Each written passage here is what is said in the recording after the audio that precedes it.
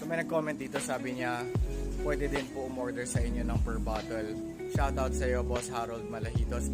Pwede naman, boss, pwede naman. Pero ngayon kasi, more on business to business ako eh. Ang kadalasan mga kausap ko at saka mga sinusuplayan ko is mga negosyante at saka mga resellers natin.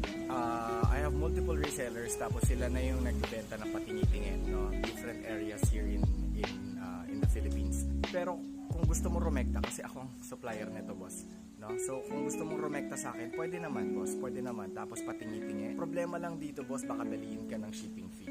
Kung taga Metro Manila ka, may padala sa'yo via rider, no?